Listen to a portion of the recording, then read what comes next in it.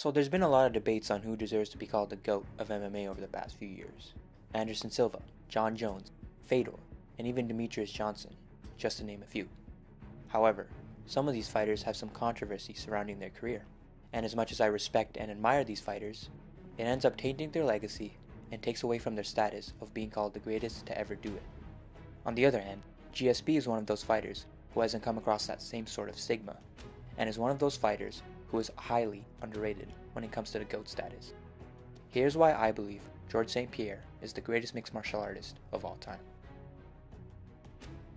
Number 1. He went undefeated for over 10 years straight. After defeating Josh Koscheck in August 2007, he went on a 13-fight win streak, holding the longest win streak in history next to Anderson Silva, who went undefeated for 7 years.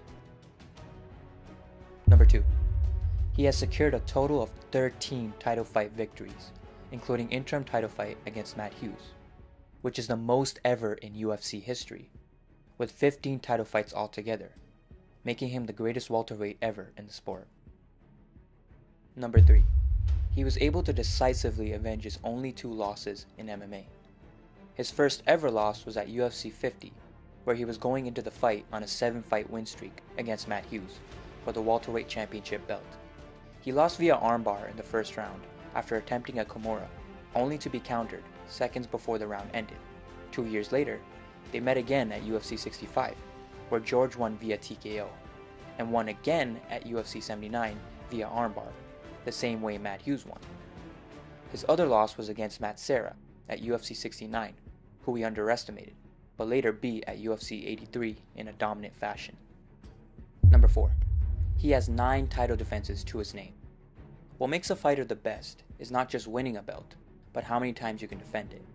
And GSP has proven just that through defending his welterweight belt 9 times against absolute killers, beating fighters like Nick Diaz, Carlos Condit, BJ Penn, Matt Hughes, and Josh Koscheck. It's extremely tough having to defend time after time, constantly thinking about the next opponent who has studied you carefully in order to dethrone you. So I can understand why he chose to take time off after his controversial win over a monstrous Johnny Hendricks. Which leads me to number 5. Beating Michael Bisping to become the middleweight champion of the world.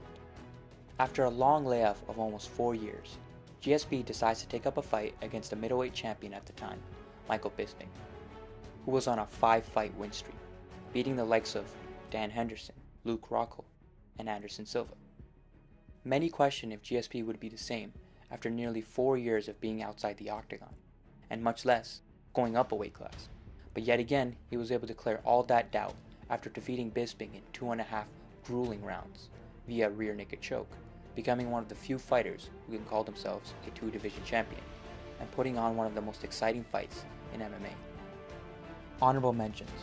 At the time of this recording, he currently leads the UFC in most strikes landed at 2,591 and most takedowns landed at 90. He was a huge part of making MMA popular in Canada. He was big on getting the sport clean, never testing positive for any PEDs, and spoke out against PEDs in MMA.